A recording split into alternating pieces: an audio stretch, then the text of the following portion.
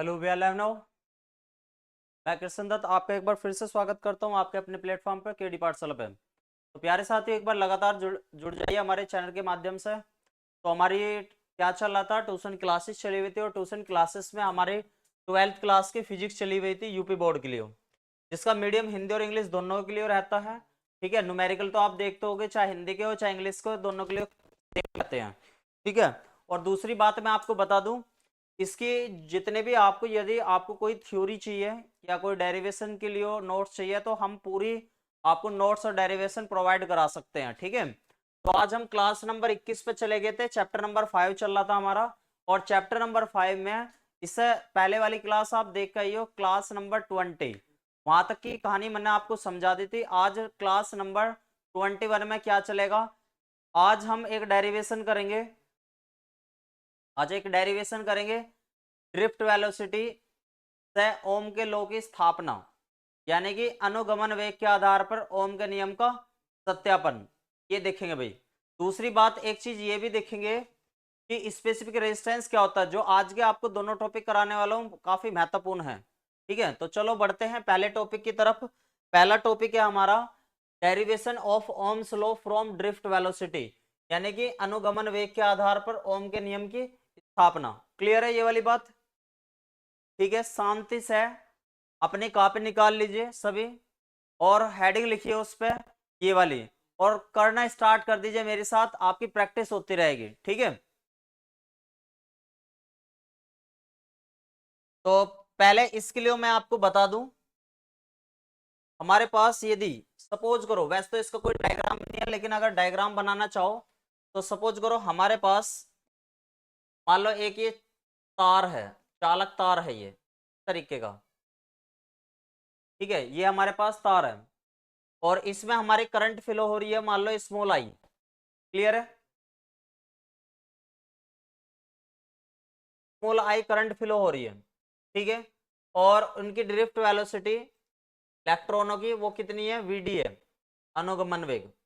और यहां से एन इलेक्ट्रॉन बाहर निकल रहे हैं, मान लो टी टाइम में। तो ये चीज हमें ध्यान से समझनी पड़ेगी, ये लैंग्वेज लिख देंगे हम।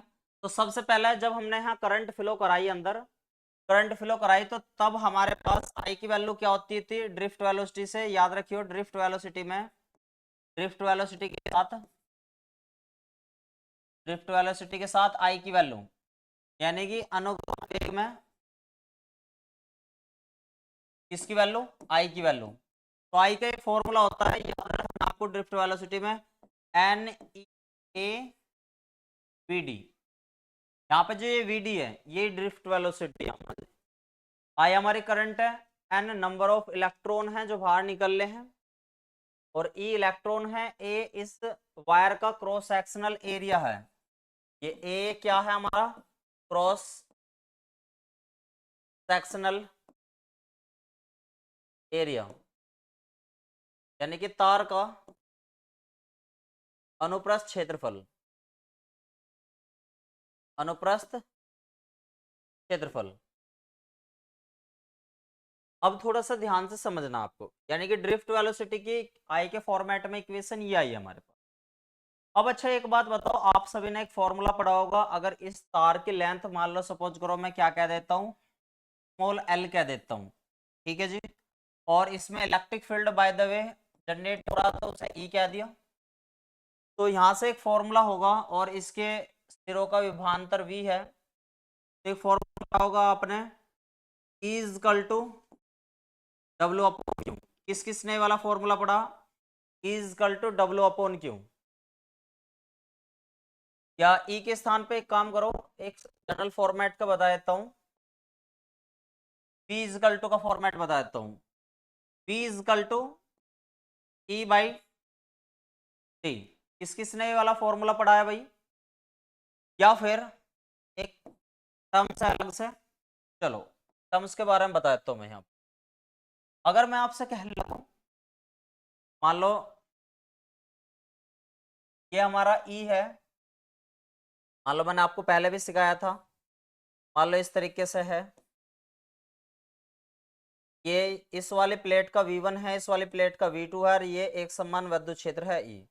तो E का फॉर्मूला और बीच की डिस्टेंस है सपोज करो D। तो यहाँ पे E का फॉर्मूला होता था V1 minus V2 by D, ये फॉर्मूला होता था। तो इसी फॉर्मूले का प्रयोग करके हमारे पास यहाँ V1 V2 तो है नहीं, तो इसी फॉर्मूले का हम प्रयोग करके क्या काम करेंगे, यहाँ से एक फॉर्मूला बना लेंगे E is equal to V by D, और D की जगह यहाँ पे इसकी लेंथ ले लेंगे बीच की डिस्टेंस को, यानी कि मैंने कह दिया L। तो हमारे पास यहाँ से एक इक्वेशन तो ये आई। एक और फॉर्मूला होता है, एक फॉर्मूला होता है E is equal to F upon Q note, आप सभी ने पढ़ा होगा। तो E इजकल टू F ऐसा कैसी, क्यू हमारा क्यू नोट बिंदु आवेश होता था वहां पर, लेकिन यहाँ पे मैं चार्ज मान के चल रहा हूँ, इसे क्यू मान के चल रहा हूँ। तो E इजकल टू क्या आ जाएगा, F अपॉन क्यू की जगह क्या रख देंगे N ई, और यदि N की एक इलेक्ट्रॉन हो, N की वैल्यू 1 हो, तो हमारे पास यहाँ पे E इजकल टू क्या आ जाएगा, F अपॉन ई बन जाएगा। और आप यहाँ से क्या निकाल सकते हो, किसकी वैल्यू निकाल सकते हो, जरा देखो एक बार ध्यान से, F की वैल्यू निकाल सकते हो। F की वैल्यू हमारी ये आ गई, जहाँ कहीं भी F दिखेगा वहां पे ई ले लूंगा। ये वाली बात क्लियर है। तो अभी तक हमारे पास में एक इक्वेशन तो ये आई है, एक इक्वेशन ये आई है, एक इक्वेशन ये आई है। कोई दिक्कत समस्या किसी को भी, एक बार नोट डाउन कर लेंगे यहाँ तक की कहानी को, फिर मैं आगे बढ़ूंगा भैया। आई होप क्लियर हो गया होगा यहाँ तक की कहानी। अच्छा, डेरिवेशन बनाते वक्त चलो मैं एक काम करता हूँ, सीक्वेंस वाइज सारी चीजें ले लेता हूँ, जिससे कि आपको कोई दिक्कत समस्या ना होगा। पहले सीक्वेंस वाइज, वैसे ये मैंने एक साइड में समझानी थी, लेकिन मैं सीक्वेंस वाइज सारी चीजें ले लेता हूँ, ठीक है, जिससे कि आपको कोई दिक्कत समस्या ना होगा। तो सबसे पहला आई की वैल्यू कितनी होगी, N E A V D होगी। तो मैं क्या काम करता हूँ, मैं क्या काम करता हूँ, सबसे पहले इक्वेशन बनाता हुआ चलो। आई की वैल्यू ये होगी, इक्वेशन नंबर फर्स्ट, एक फॉर्मूला होता है, मान लो फोर्स लग रहा है किसी भी इलेक्ट्रॉन पे, ठीक है, तो यहाँ से ए की वैल्यू कितनी आ जाएगी हमारी, एफ अपॉन एम आ जाएगी। इसे इक्वेशन नंबर सेकंड कह दूं। अब एक बात ध्यान से समझाओ, एफ की वैल्यू अभी कितनी निकाल ली थी मैंने, ई इजकल टू क्या था, एफ अपॉन क्यू नोट था, क्यू मान के चला हमने, E is equal to F upon Q की जगह एन, ठीक है, और यहाँ पे क्या करेंगे, एन की वैल्यू 1 लेके ई की वैल्यू यहाँ से कितनी आ जाएगी, एफ अपॉन ई आ जाएगी, और एफ की वैल्यू यहाँ से कितनी बनी, एफ की वैल्यू बनी यहाँ से E। इसे इक्वेशन नंबर 3 कह देंगे। इस इक्वेशन नंबर 3 की वैल्यू को इक्वेशन नंबर 2 में रख देंगे। चेक करो भाई यहाँ तक कोई दिक्कत समस्या किसी को भी, यहाँ तक देखो भैया। तो इस इक्वेशन नंबर 3 की जो एफ की वैल्यू है इसे यहाँ पर रख दो, ठीक है, putting the value of F in equation second, in equation second, यानी कि ए इज इक्वल टू यहाँ से बनेगा क्या, ई ई अपॉन एम बना, इसे इक्वेशन नंबर 4 कह दिया मैंने। यहाँ तक बताओ कोई दिक्कत समस्या, यहाँ तक आई होप किसी को दिक्कत समस्या नहीं हुई होगी। अभी ये जो ई है हमारा, ये जो आपको ई दिखाई दे रहा है, की वैल्यू को निकाल लेता हूँ एक साइड में दोबारा से। अब इस ई की वैल्यू मैं कितनी बता के आया था आपको, V by D, V by D के स्थान पे यहाँ एल आ जाएगा। तो ये ई की वैल्यू को मैं जैसे यहाँ पर पुटअप करता हूँ, एक साइड में आगे बढ़ा लेता हूँ, यहाँ तक क्या आई होप नोट कर लिया होगा सभी ने। चलो जी, जब तक एक बार देखो ध्यान से, अगर मैं आपसे कहूँ A is equal to small E की वैल्यू यहाँ पे रखो v by L M, clear है ये वाली बात। इसे इक्वेशन नंबर 5 कह दूं, इसे क्या कह दूं, इक्वेशन नंबर 5 कह दूं। अब जरा एक इक्वेशन और याद रखियो, जरा क्या बताने जा रहा हूं मैं तुम्हें, तभी याद रखना कि ड्रिफ्ट वेलोसिटी यानी कि वी डी इजिकल टू होता है ए टो, क्या होता है, V D is equal to A टो। अब यहाँ पे ए तो होता है हमारा एक्सेलेरेशन यानी कि त्वरण, और ये टो जो होता है रिलैक्सेशन टाइम, रिलैक्सेशन टाइम यानी कि जो दो क्रमांक टक्कर लगी उसके बाद जितना भी टाइम उन्हें डिस्टेंस चलने में लिया जाओगा उसे बोलते हैं रिलैक्सेशन टाइम। मान लो दो इलेक्ट्रॉनों की आपस में टक्कर लगी, 2 बार टक्कर लगी, 2 सक्सेसिव कोलिजन हुए, तो उसके बाद क्या होगा भैया, वे कुछ डिस्टेंस चलेंगे। अब उस डिस्टेंस चलने में जितना भी टाइम लगेगा उसे बोलते हैं रिलैक्सेशन टाइम। तो उसका रिलैक्सेशन टाइम और ड्रिफ्ट वेलोसिटी में यानी कि अनुगमन वेग में एक डिफरेंस वो होता है relation. V D is equal to क्या होता है ए टो। याद रहेगी ये वाली बात। चलो मैं इस वाली बात को थोड़ा सा आगे अप्लाई करता हूँ इक्वेशन नंबर 5 में। आई होप यहाँ तक की कहानी सभी को क्लियर होगी। चलो जी आगे बढ़ते हैं, आगे बढ़ते हैं भाई। तो अब ध्यान से समझेंगे। अगर मैं यहां से किसकी वैल्यू निकाल लूं भैया, यहां से किसकी वैल्यू निकाल लूं, ए की वैल्यू निकाल लूं। ए की वैल्यू कितनी आओगी यहां से, पी डी बाई टो। ये बनेगी हमारे पास, इस ए की वैल्यू को यहां पर पुटअप कर दो। P D by tau is equal to EV upon L M. अच्छा एक बात बताओ, अभी एक सबसे पहले नंबर की एक इक्वेशन आई थी हमारे पास में, सबसे पहले नंबर की एक इक्वेशन आई थी। सबसे पहले नंबर की ये साइड में लिखते चले जियो। सबसे पहले नंबर की इक्वेशन आई थी I is equal to N E A V D. Clear है यहाँ तक। और वी डी की वैल्यू कितनी आई आएगी, यहाँ से वी डी आएगा हमारे पास आई अपॉन एन ई ए। क्लियर है ये वाली बात। इस वी डी की वैल्यू को कहाँ पर रख देंगे हम, यहाँ पे पुटअप कर देंगे। वी डी की वैल्यू को जरा रखना है इससे। तो वी डी की वैल्यू कितनी आएगी, आई एन ई ए, और नीचे ये क्या है, ये टो भी है। क्लियर होगी वाली बात। EV upon L M, EV upon L M. हमारे पास इक्वेशन नंबर ये आ गई। इसे इक्वेशन नंबर हमने क्या कह दिया, 6 कह दिया। इसे क्या कह दिया, इक्वेशन नंबर 6 कह दिया। क्लियर है यहाँ तक की बात सभी को। चलो जी आगे बढ़ता हूँ बेहतरीन तरीके से, ठीक है। आगे बढ़ता हूँ। इक्वेशन नंबर 6 को हम किस प्रकार से लिखते हैं, देखो भैया। इस आई को इधर भेज दो, बाकी सब ड्रामे को इधर चले जान दो। तो जैसे आप इसे भेजोगे I multiply L M is equal to E V multiply N E A tau, ये और सबको इधर ले आओ। तो L M upon E N E A tau is equal to यहाँ पे क्या आ गई, वी बाई आई आ गई। अच्छा यहाँ पे इसे थोड़ा सा सोल्व करके बताओ और देखो कैसे कैसे आई यहाँ से। तो L M upon N E square A tau तो क्या आ गया, वी बाई आई आ गया। अब इस पूरी इक्वेशन को यदि हम एक इक्वेशन से फॉलो करें R is equal to V upon I, तो यहाँ पे आर की वैल्यू इतनी सारी दिखाई दे रही है। आर की वैल्यू कितनी दिखाई दे रही है आपको, L M upon N E square A tau, ये दिखाई दे रही है। तो इसका मतलब है आर इजिकल टू ये सारी चीज ये हो जाएगी। तो ये वाली जैसे हम इससे कंपेयर कर देंगे तो आर इजिकल टू क्या आ जाएगा यहाँ से, वी अपॉन आई। और यही क्या है हमारा, ओम्स लॉ। क्या है ये हमारा, ओम्स लॉ। तो ये क्या हो गया हमारा, प्रूफ हो गया। कोई दिक्कत समस्या किसी को भी, यानी कि ड्रिफ्ट वेलोसिटी से कैसे ओम्स लॉ निकाल। क्लियर हो गया सभी को।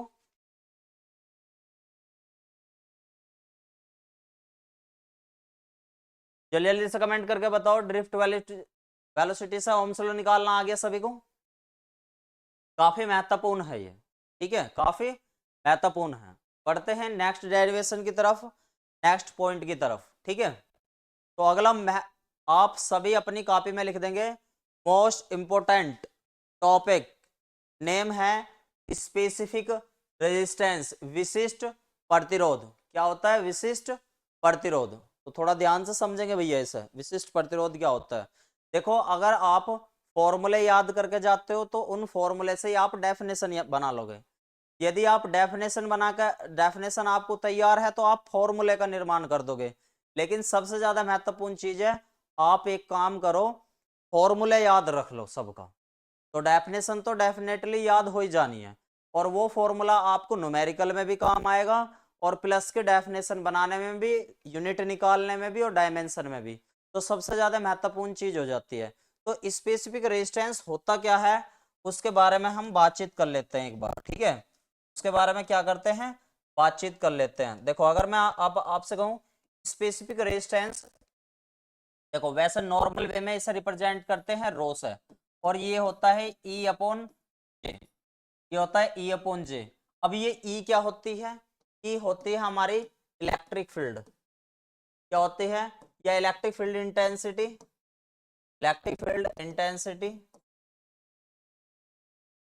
और जे होती है हमारा, जे होता है हमारा करंट डेंसिटी। क्या होती है, करंट डेंसिटी, यानी कि इसे हिंदी में बोल लेंगे रो इज इक्वल टू विद्युत क्षेत्र की तीव्रता, विद्युत क्षेत्र की तीव्रता,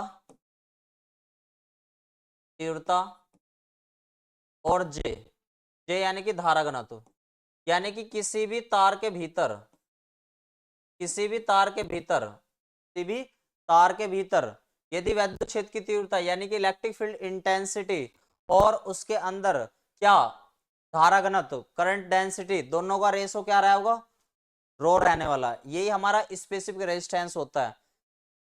जो इसका एडवांस फॉर्मूला आता है और उससे क्वेश्चन हमारे बनते हैं, तो वे क्वेश्चन फॉर्मूला होता है हमारा सबसे बेहतरीन R is equal to rho L upon A, R is equal to rho L upon A. अब यहाँ पे ध्यान से समझिए इस बात को, यहाँ पे ध्यान से समझिए इस बात को, यदि मैंने L की वैल्यू यानी कि तार की जो लंबाई है 1 मीटर ले ली और A जो है तार का अनुप्रस्थ क्षेत्रफल cross sectional area 1 metre square ले लिया, तो उसका रेजिस्टेंस जो है किस पे आ जाएगा, स्पेसिफिक रेजिस्टेंस कहलाएगा। यानी कि अगर तार की लंबाई यानी कि वायर की लेंथ कितनी हो जाए, हमारी 1 मीटर हो जाए और तार का क्षेत्रफल कैसा हो जाए, तार का क्षेत्रफल कैसा हो जाए 1 मीटर, यानी कि एरिया कैसा हो जाए 1 मीटर हो जाए, तो उस केस में रेजिस्टेंस किसके इक्वल हो जाएगा, जल्दी जल्दी से बताओ, रेजिस्टेंस किसके इक्वल हो जाएगा, स्पेसिफिक रेजिस्टेंस के। क्लियर है ये वाली बात, जल्दी जल्दी से बताओ। चलो स्पेसिफिक रेजिस्टेंस की सभी यूनिट निकाल के दिखाओ मुझे, यूनिट निकाल के दिखाओ। आप इस फॉर्मूले से भी यूनिट निकाल सकते हो और जनरली भी निकाल सकते हो, कोई से इस फॉर्मूले से भी निकाल सकते हो। तो चलो यूनिट निकाल के दिखाओ। आई होप स्पेसिफिक रेजिस्टेंस समझ में आ गया होगा। ई और जे का रेशो क्या होता है, स्पेसिफिक रेजिस्टेंस होता है। क्लियर है, चलो जल्दी जल्दी से इसकी यूनिट निकाल कर दिखाओ, यूनिट निकाल कर दिखाओ। यूनिट, यूनिट कितने प्रकार से निकाली जा सकती है, मात्रक, सबसे पहला मात्रक यहां से ही निकाल सकते हो आप, rho is equal to, rho is equal to E upon J. अब ध्यान से समझियो ई की वैल्यू कितनी होती है, आप सभी ने पता होगा ई जो होता है एफ अपॉन क्यू होता है और जे क्या होता है, जे होता है आई अपॉन ए, क्या होता है आई अपॉन ए। क्लियर है ये वाली बात। अब देखो अंदर के अंदर भार की भार, तो यहां से फोर्स मल्टीप्लाई एरिया और यहां से क्या बनेगा क्यू मल्टीप्लाई आई, तो यहां से एक यूनिट ये भी बना सकते हो newton metre square upon coulomb, coulomb ampere, ये भी एक यूनिट हो सकती है, पर ये काफी लंबी यूनिट है। आप इस वाली तरीके से भी, मतलब ये एक यूनिट बन गई, आप इसका डायमेंशनल मेथड से भी यूनिट, पहले इसकी डायमेंशन देख लो, यानी कि मात्रक तो ऐसा हो गया, तो dimension of rho, dimension of rho यानी कि रो की बीमा निकाल लो जरा जल्दी से, जल्दी जल्दी। तो यहां से हमारे पास फॉर्मूला क्या है, रो का आया एफ मल्टीप्लाई ए और क्यू मल्टीप्लाई आई। एफ की क्या होती है unit, M L T minus two, और ए की क्या होगी एल के टू, और क्यू इजकल टू होता है I T, Q is equal to क्या होता है आई टी, आई का क्या होगा ए और टी, और आई का तो ए है ये, मैं एक साइड में लिख देता हूँ यहाँ, Q is equal to I T होता है, आई का हमने ए लिया है, इसका टी लिया है, तो इस तरीके से लिया। इसे थोड़ा सा सिंप्लीफाई करो आप, तो यहाँ से अगर आप देखोगे तो एम एल थ्री और ये एक और चला जाएगा टी माइनस थ्री और ए माइनस टू, जल्दी से बताओ यही आई सभी की। और यहाँ से भी आप यूनिट बना सकते हो, kilogram metre three second minus three ampere minus two, ये आप यूनिट यूज कर सकते हो। जल्दी जल्दी से कमेंट करो भाई, सभी की आगे।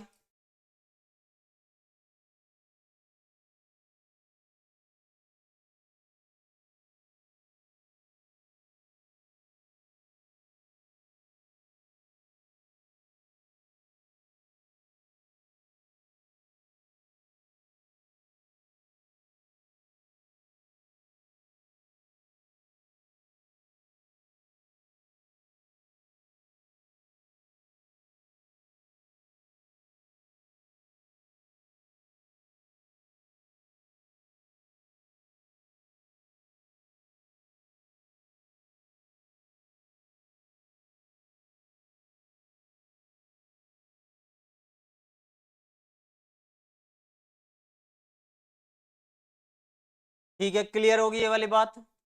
अब मैं आपको एक स्पेशल पॉइंट ऐसा बताने वाला हूं जो आपके अदर एग्जाम में बहुत ज्यादा महत्वपूर्ण रहता है, ठीक है, और शायद कुछ बच्चे इसे पहली बार देख रहे होंगे।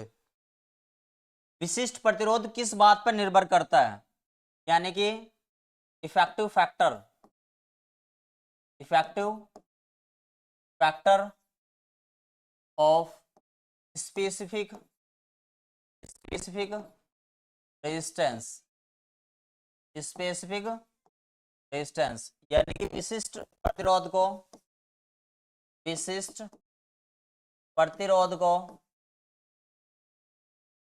प्रभावित करने वाले कारक, प्रभावित करने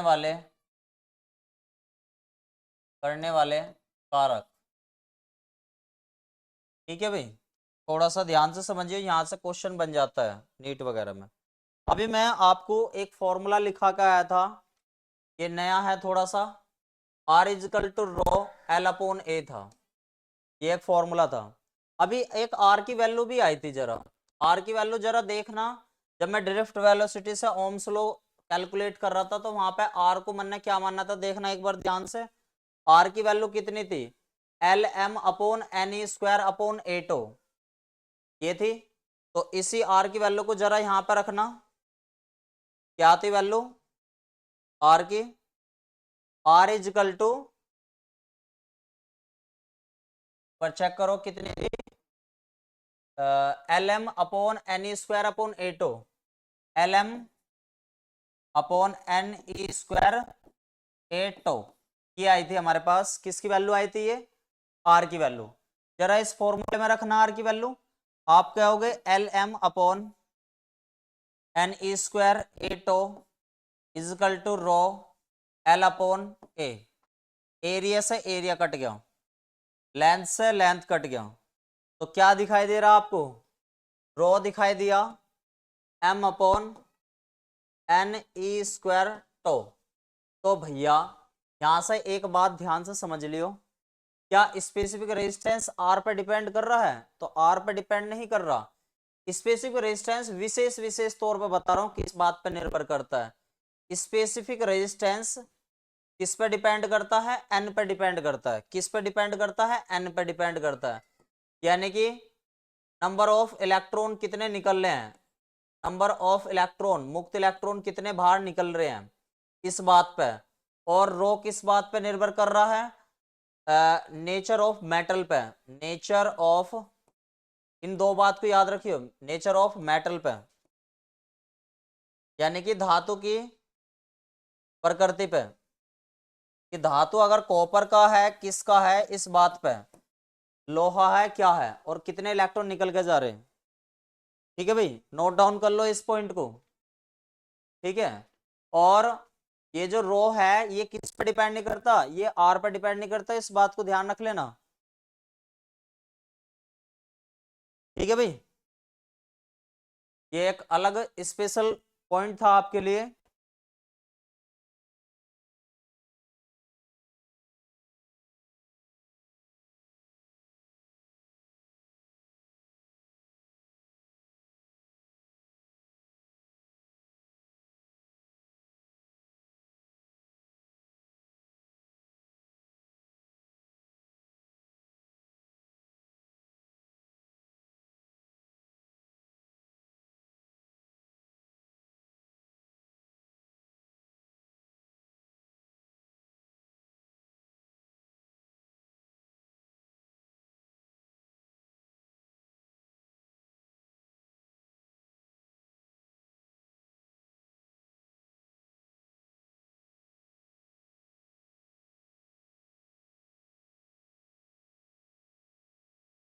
ठीक है, आई होप यहां तक की कहानी समझ में आ गई होगी भाई।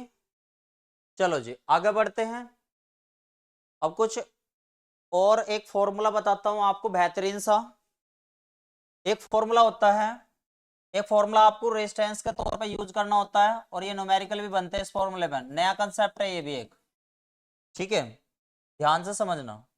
एक फॉर्मूला होता है R is equal to, R naught 1 plus alpha T. Note down कर लेना भैया। आर जो है हमारा रेजिस्टेंस है जिस किसी टेम्परेचर पे हमें निकालना है, जिस किसी टेम्परेचर पे हमें निकालना है प्रतिरोध, जिस टेम्परेचर पे हमें प्रतिरोध निकालना है। और आर नोट है 0 डिग्री सेल्सियस पर, 0 डिग्री सेल्सियस पर रेजिस्टेंस, यानी कि रेजिस्टेंस एट 0 डिग्री सेल्सियस। और यहाँ पे अल्फा है कोफिशिएंट, टेम्परेचर कोफिशिएंट, ताप गुणांक। और टी है यहाँ पे, टी है यहाँ पे टेम्परेचर यानी कि तापमान। अब इस पर न्यूमेरिकल कैसा आता है वे सारी चीजें मैं आपको बता देता हूँ, ठीक है। न्यूमेरिकल कैसा बनता है, ठीक है, नोट डाउन कर लो। फिर इसका एक न्यूमेरिकल देख लेते हैं, शॉर्ट पॉइंट, बेहतरीन सा एक न्यूमेरिकल। न्यूमेरिकल कैसा आता है फिर बाद में इस चीज को देख लेंगे। एक बार नोट डाउन कर लो, फिर हम काम करने वाले आगे, ठीक है। तो क्वेश्चन नोट करेंगे अपनी कॉपी में सभी। बढ़िया सा न्यूमेरिकल लेकर आ रहा हूं।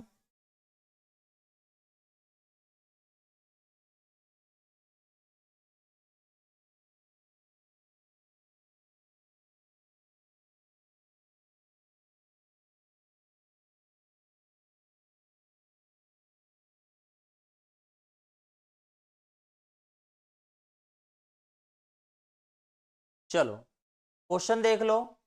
क्वेश्चन कह रहा है कि 20 डिग्री सेल्सियस पर, 20 डिग्री सेल्सियस पर रेजिस्टेंस दे रखा है। तो रेजिस्टेंस की वैल्यू दे रखी है 20 डिग्री सेल्सियस पे 3.15 ओम, यानी कि कोई भी एक फिलामेंट है 20 डिग्री सेल्सियस पे उसका रेजिस्टेंस इतना होता है, और 100 डिग्री सेल्सियस पे होता है उसका 3.75 ओम, 3.75 ओम, ठीक है। आपको क्या बताना है, अल्फा की वैल्यू बतानी है। इसकी वैल्यू बतानी है, अल्फा की वैल्यू बतानी है, ठीक है जी। जल्दी से देखो एक बार, जल्दी से नोट डाउन करो सभी, और जल्दी जल्दी से अल्फा की वैल्यू बताओ भाई, ठीक है। अल्फा की वैल्यू निकाल लो सभी। चलो जी, देखो कैसे सॉल्व करेंगे। सबसे पहले आपको 20 डिग्री सेल्सियस पे 3.15 रेजिस्टेंस दे रखा, तो कैसे सॉल्व करेंगे थोड़ा ध्यान से देखेंगे भाई। अगर मैंने आपसे कह दिया कि आपको एक फॉर्मूला लगाना R is equal to R naught 1 plus alpha T, तो पहले वाले के लिए हो तो ये वाला, ऐसे फिर दूसरे वाले के लिए भी लगेगा R is equal to R naught 1 plus alpha T, ये बनेगा। अब ध्यान से समझो, आर की वैल्यू कितने डिग्री सेल्सियस पे कह रहा वो, 20 डिग्री सेल्सियस पे। R20, आर नोट की वैल्यू हमें नहीं दे रखी, 1 प्लस अल्फा के निकालनी है, कितने डिग्री सेल्सियस पे कह रहा वो, यहाँ पे क्या लेकर चलोगे 20 लेकर चलोगे, इसे इक्वेशन नंबर पहले कह दो। ऐसे ही यहाँ पे कितने पे निकालना रेजिस्टेंस, 100 डिग्री सेल्सियस पे दे रखा है, 100 पे दे रखा है, एक बार चेक कर लेता हूँ भाई मैं। हाँ जी, 100 डिग्री सेल्सियस पे उसने दे रखा है ये वाले। आर नोट की वैल्यू दे रखी, आर नोट 0 डिग्री सेल्सियस पे 1 प्लस अल्फा की वैल्यू निकालनी है, टेम्परेचर कितना लेना है यहाँ पे 100 मल्टीप्लाई 100, क्लियर। इसे इक्वेशन नंबर सेकंड कह दो। आई होप यहाँ तक की कहानी क्लियर होगी सभी को। अब देखो कैसे सोल्व करना है ये, अब देखो कैसे सोल्व करना है। अब अगर मैं क्या काम करूं, इक्वेशन 2 को जो वैल्यू बड़ी हो, क्योंकि आर 100 की वैल्यू हमें पता है 3.75 है, तो आप इनकी आर इस इक्वेशन 2 को किससे डिवाइड कर दो, फर्स्ट से डिवाइड कर दो। 2 कौन सी हमारी आर 100 है, और नीचे क्या है R20 है फर्स्ट वाली, और यहाँ पे क्या है R naught 1 plus alpha multiply 100, और ये कितना है R naught 1 plus alpha multiply 20। R naught से आर नोट कैंसिल, आर 100 की वैल्यू देखो कितनी दे रखी है 3.75, 3.75, और आगे क्या दे रखा है R20 की वैल्यू दे रखी है 3.15 इजिकल टू 1 प्लस, इसे 100 अल्फा लिख सकते हैं, और इसे लिख सकते हैं 1 प्लस 20 अल्फा। पॉइंट से पॉइंट हटा दो, तो जल्दी से पॉइंट से पॉइंट हटा दोगे।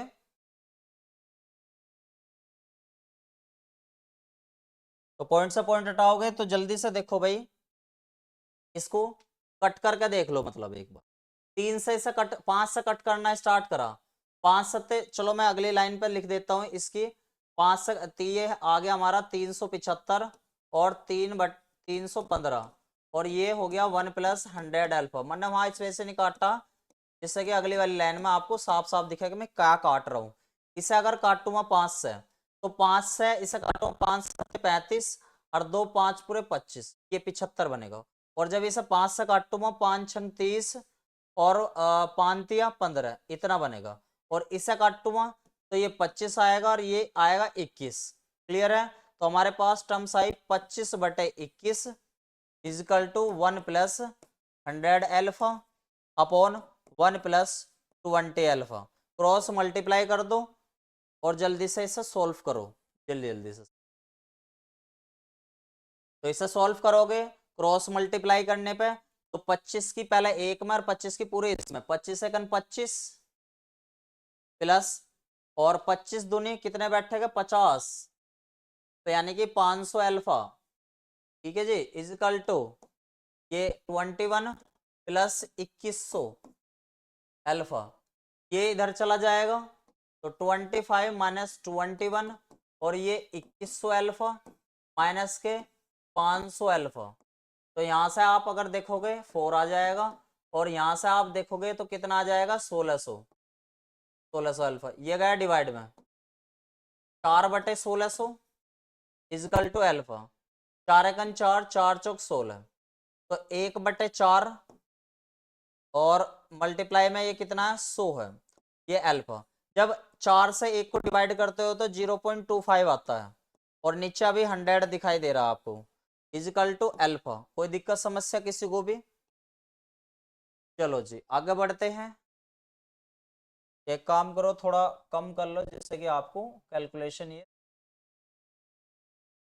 तो अब देखो, जब आप इसका 0.25 का ये पॉइंट हटाकर नीचे 2 जीरो बढ़ाओगे, और कंपनी की 2 जीरो पहले से ही है, तो अल्फा की वैल्यू यहाँ से कितनी आएगी 0.0025 क्या आएगी हमारे पास वैल्यू। नोट डाउन कर लो जल्दी जल्दी से, जल्दी से बताओ। क्लियर हो गया सभी को? ठीक है। और ये प्रति डिग्री सेल्सियस आती है क्योंकि टेम्परेचर कोफिशिएंट है, प्रति डिग्री सेल्सियस। क्लियर होगी यहाँ तक की कहानी सभी को? जल्दी से कमेंट कर बताओ। आई होप समझ में आ गया होगा सभी को। चलो एक क्वेश्चन और कर लेते हैं। चलो एक्सरसाइज के साथ करा दूंगा, ये तो मुझे बताना था कि किस प्रकार से इस फॉर्मूले पे क्वेश्चन बनते हैं। चलो जी नेक्स्ट बढ़ते हैं, नेक्स्ट पॉइंट की तरफ। कुछ नोट पॉइंट है जो आपके एग्जाम में काफी महत्वपूर्ण है।